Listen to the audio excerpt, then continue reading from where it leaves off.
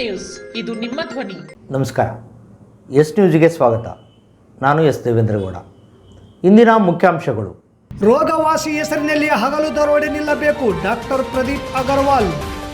ಕಾಲುವೆ ನೀರು ಕುಡಿಯುವ ಕೆರೆ ತುಂಬಿಸಲು ಪರಿಶೀಲನೆ ಮಾಡಿದ ಇಒ ಚಂದ್ರಶೇಖರ್. ಇಂದಿರಾ ಪ್ರಿಯದರ್ಶಿನಿ ಶಾಲೆಯಲ್ಲಿ ವಿಜ್ಞಾನ ಮೇಳ, 500ಕ್ಕೂ ಹೆಚ್ಚು ವಿದ್ಯಾರ್ಥಿಗಳು ಭಾಗಿ. ಮಾರ್ಚ್ 5ರಂದು ಟೌನ್ ಹಾಲ್ನಲ್ಲಿ ವಿರಾಟಪುರದ ವಿರಾಗಿ ಚಲನಚಿತ್ರ ಪ್ರದರ್ಶನ. ಸುರಾನ ಕಂಪನಿ ದಿವಾಳಿ ಹೆಸರಲ್ಲಿ ಭಾರಿ ಪ್ರಮಾಣದ ರಿಯಲ್ ಎಸ್ಟೇಟ್ ಕಳ್ಳದಂಧೆ, ಸಿಪಿಐಎಂಎಲ್. ವಾರ್ತೆಗಳ ವಿವರ. ವೈದ್ಯರು ಮತ್ತು ಆಸ್ಪತ್ರೆಗಳು ರೋಗಿಗೆ ರೋಗವಾಸಿ ಮಾಡುವ ನೆಪದಲ್ಲಿ ಹಗಲು ದರೋಡೆಗಳಿವೆ. ಇದರಲ್ಲಿ ನೇರವಾಗಿ ಔಷಧ ಕಂಪನಿಗಳ ಲಾಬಿ ಪ್ರಬಲವಾಗಿದೆ. ವೈದ್ಯರು ಮತ್ತು ಔಷಧೀಯ ಕಂಪನಿಗಳ ಲಾಭ ಮಾಡಿಕೊಳ್ಳುತ್ತಿದ್ದಾರೆ. ನಿಯಂತ್ರಿಸಬೇಕಾದ ಸರ್ಕಾರ ಸರಿಯಾದ ಕ್ರಮ ಕೈಗೊಳ್ಳು ಆಗುತ್ತಿಲ್ಲ ಎನ್ನುತ್ತಾರೆ ಡಾಕ್ಟರ್ ಅಗರ್ವಾಲ್. ಹೃದಯಾಘಾತ ನಡೆದಿದೆ. ವೈದ್ಯರು ಹೇಳುತ್ತಾರೆ, ಸೈಪೋಕ್ಟಿನಿಯಸ್ ಚುಚ್ಚುಮದ್ದು ನೀಡಬೇಕು, ಅದು 9,000 ರೂಪಾಯಿ. ಆದರೆ ಇಂಜೆಕ್ಷನ್ನ ನಿಜವಾದ ಬೆಲೆ 700ರಿಂದ 900 ರೂಪಾಯಿ. ಆದರೆ 9,000 ರೂಪಾಯಿ ನೀವೇನು ಮಾಡುವಿರಿ? ಟೈಫಾಯ್ಡ್ ಬಂತು, ವೈದ್ಯರು ಬರೆದರು, ಒಟ್ಟು 14 ಮೋನೋಸೇಪ್ ತೆಗೆದುಕೊಳ್ಳಿ, ಸಗಟು ಬೆಲೆ ₹25. ಆಸ್ಪತ್ರೆಯ ರಸಾಯನಶಾಸ್ತ್ರಜ್ಞ ₹53 ಕೊಡ್ತಾನೆ. ಕಿಡ್ನಿ ವೈಫಲ್ಯ, 3 ದಿನಕ್ಕೆ ಒಮ್ಮೆ ಡಯಾಲಿಸಿಸ್ ಮಾಡ್ತಾರೆ. ಡಯಾಲಿಸಿಸ್ ಮಾಡಿ ಇಂಜೆಕ್ಷನ್ ಕೊಡ್ತಾರೆ. ಒಟ್ಟು 1,800 ರೂಪಾಯಿ. ನಾನು ಅದನ್ನು ಸಗಟು ಮಾರುಕಟ್ಟೆಯಿಂದ ತೆಗೆದುಕೊಳ್ಳುತ್ತೇನೆ ಎಂದು ನೀವು ಭಾವಿಸುತ್ತೀರಿ. ಭಾರತದಾದ್ಯಂತ ಹುಡುಕಿದರೂ ಎಲ್ಲಿಯೂ ಸಿಗಲ್ಲ. ಏಕೆ?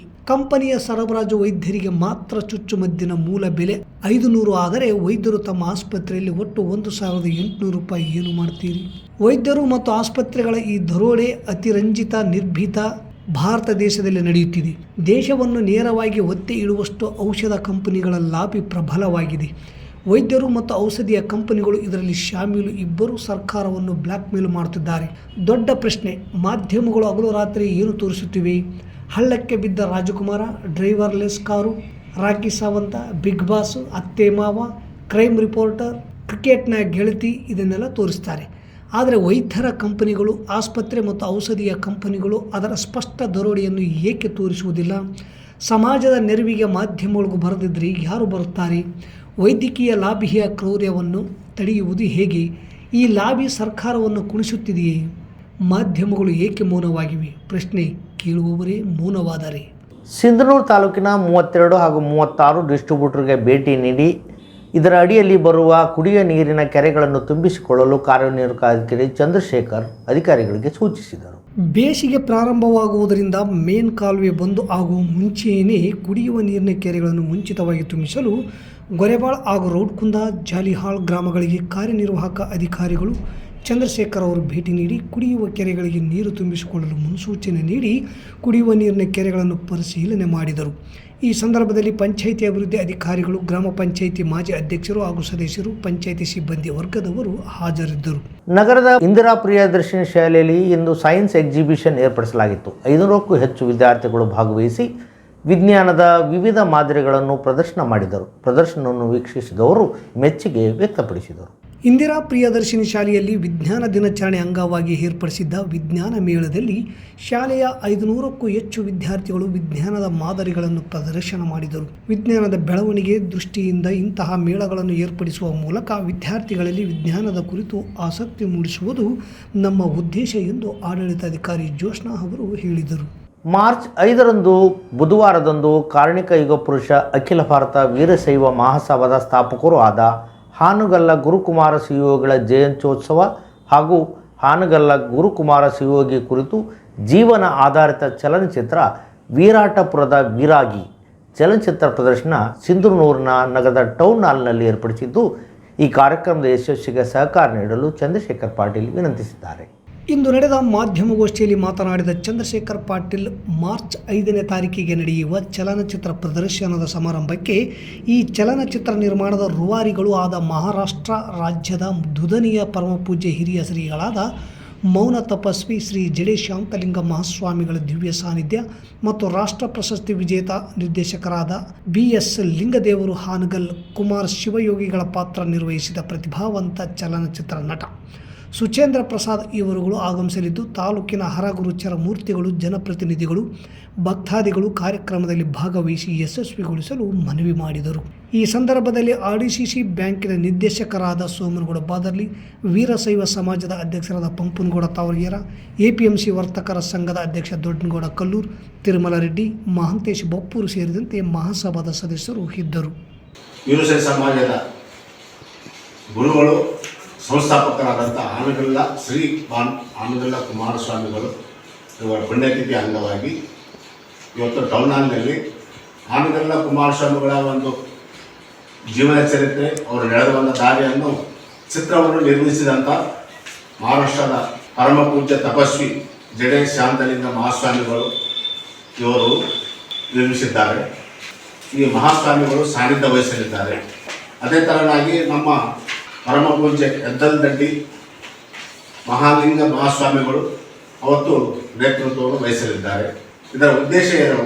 ಆನಗಲ್ಲ ಕುಮಾರಸ್ವಾಮಿಗಳು ವೀರಶೈವ ಧರ್ಮ ಸಂಸ್ಥಾಪಕರು ಹಾಗೂ ಶಿವಯೋಗ ಮಂದಿರವನ್ನು ಕಟ್ಟಿದಂಥ ಒಬ್ಬ ಮಹಾನ್ ಪುರುಷರು ಮತ್ತು ವೀರಶೈವ ಧರ್ಮದ ಸಂಸ್ಥಾಪಕರಾಗಿದ್ದಾರೆ.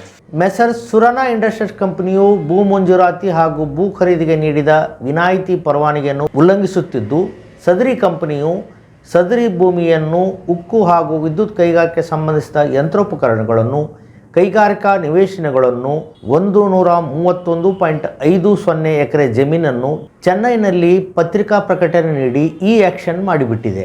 ಈ ಮೂಲಕ ಕರ್ನಾಟಕ ಭೂ ಸುಧಾರಣಾ ನಿಯಮಗಳು 1974 ನಿಯಮ 38D4 ಉಲ್ಲಂಘಿಸಿದೆ. ಸರ್ಕಾರಕ್ಕೆ ಹಾಗೂ ಭೂಮಿ ಕಳಕೊಂಡ ರೈಟ್ಗೆ ವಂಚನೆ ಮಾಡಿದೆ ಎಂದು CPIML ರೆಡ್ ಸ್ಟಾರ್ನ ಆರ್ ಮನಸಯ್ಯ ದೂರಿದರು.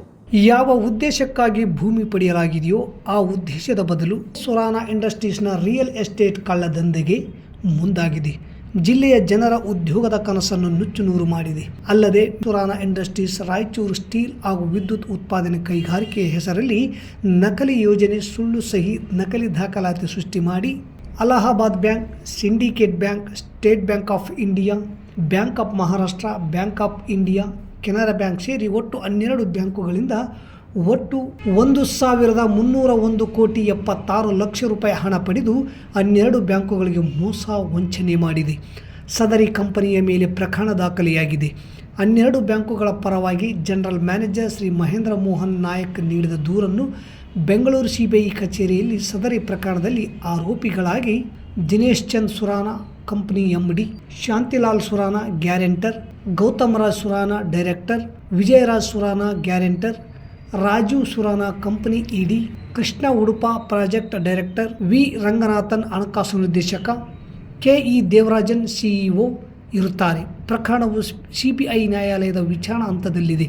ರಾಯಚೂರು ಕೈಗಾರಿಕಾ ನಿವೇಶನಗಳನ್ನು ತೋರಿಸಿ ಸುರಾನಾ ಇಂಡಸ್ಟ್ರೀಸ್ ಕಂಪನಿಯ 12 ಬ್ಯಾಂಕುಗಳಿಗೆ 1,301,76,00,000 ರೂಪಾಯಿ ವಂಚನೆ ಮಾಡಿದೆ. ಹಾಗಾಗಿ ತಾವು ಸದರಿ ಪ್ರಕರಣವನ್ನು ತುರ್ತು ಪ್ರಕರಣವೆಂದು ಪರಿಗಣಿಸಬೇಕು. ಮೊಟ್ಟ ಮೊದಲು ಸದರಿ ಕಂಪನಿಯ ವಿರುದ್ಧ ಕ್ರಿಮಿನಲ್ ಕೇಸು ದಾಖಲಿಸಬೇಕು. 131 ಎಕರೆ 55 ಗುಂಟೆ ಜಮೀನು, ಕೈಗಾರಿಕಾ ಯಂತ್ರೋಪಕರಣಗಳು, ಕೈಗಾರಿಕಾ ಕಾಲೋನಿ ನಿವೇಶನಗಳು, ಕೈಗಾರಿಕಾ ನಿವೇಶನಗಳನ್ನು ಮುಟ್ಟುಗೋಲಾಕಿಕೊಳ್ಳಬೇಕೆಂದು ಒತ್ತಾಯಿಸಲಾಗಿದೆ. ಇಂದಿನ ಪತ್ರಿಕಾಗೋಷ್ಠಿಯಲ್ಲಿ R Manasayya, PB member M Gangadhar, ರಾಜ್ಯ ಸಮಿತಿ ಸದಸ್ಯರು G ಅಮರೇಶ್, ಶೇಖ್ ಹುಸೇನ್ ಬಾಷಾ, M ನಿರಂಜನ್ ಕುಮಾರ್ ಉಪಸ್ಥಿತರಿದ್ದರು. ಅರೆಸ್ಟ್ ಮಾಡಿದವರು ಗೊತ್ತಿಲ್ಲ.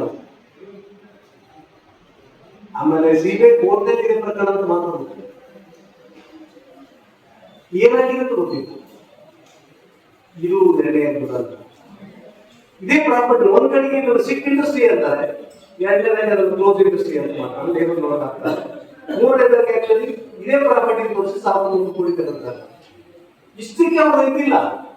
ಇಷ್ಟಕ್ಕೆ ಅವ್ರು ನಿಂತಿದ್ರೆ ಆ ವಿಚಾರದಲ್ಲಿ CBI ಅವ್ರ ಮೇಲೆ ದೇಶದ್ರೋಹದ ಪ್ರಕರಣ ಟೋಟಲ್ D467 ಫೈಲ್ ಮಾಡಿ ಯೂನಿವರ್ಸಿಟೀಸ್ ಮಾಡ್ತಾ ಇದ್ದಾರೆ. ಕೋರ್ಟ್ ಪ್ರಕರಣ ಇದೆ ಇದ್ದಾಗಲೂ ಕೂಡ 2022 ಜೂನ್ನಲ್ಲಿ ಅಥವಾ ಆಗಸ್ಟ್ನಲ್ಲಿ ಈ ಪ್ರಾಪರ್ಟಿನ ಮಾರಾಟ ಮಾಡಲಿಕ್ಕೆ ಹೋಗ್ತಾರೆ. ಮತ್ತೊಮ್ಮೆ ಮುಖ್ಯಾಂಶಗಳು.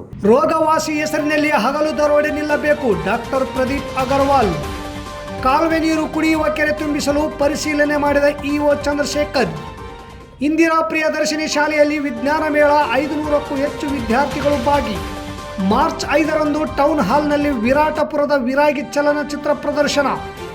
ಸುರಾನ ಕಂಪನಿ ದಿವಾಳಿ ಹೆಸರಲ್ಲಿ ಭಾರಿ ಪ್ರಮಾಣದ ರಿಯಲ್ ಎಸ್ಟೇಟ್ ಕಳ್ಳದಂಧೆ, CPI-ML. ಇಲ್ಲಿಗೆ ವಾರ್ತಾ ಪ್ರಸಾರ ಮುಕ್ತಾಯವಾಯಿತು. ನಿರಂತರ ಸುದ್ದಿಗಾಗಿ ವೀಕ್ಷಿಸಿ ಎಸ್ ನ್ಯೂಸ್. ಇದು ನಿಮ್ಮ ಧ್ವನಿ. ನಮಸ್ಕಾರ.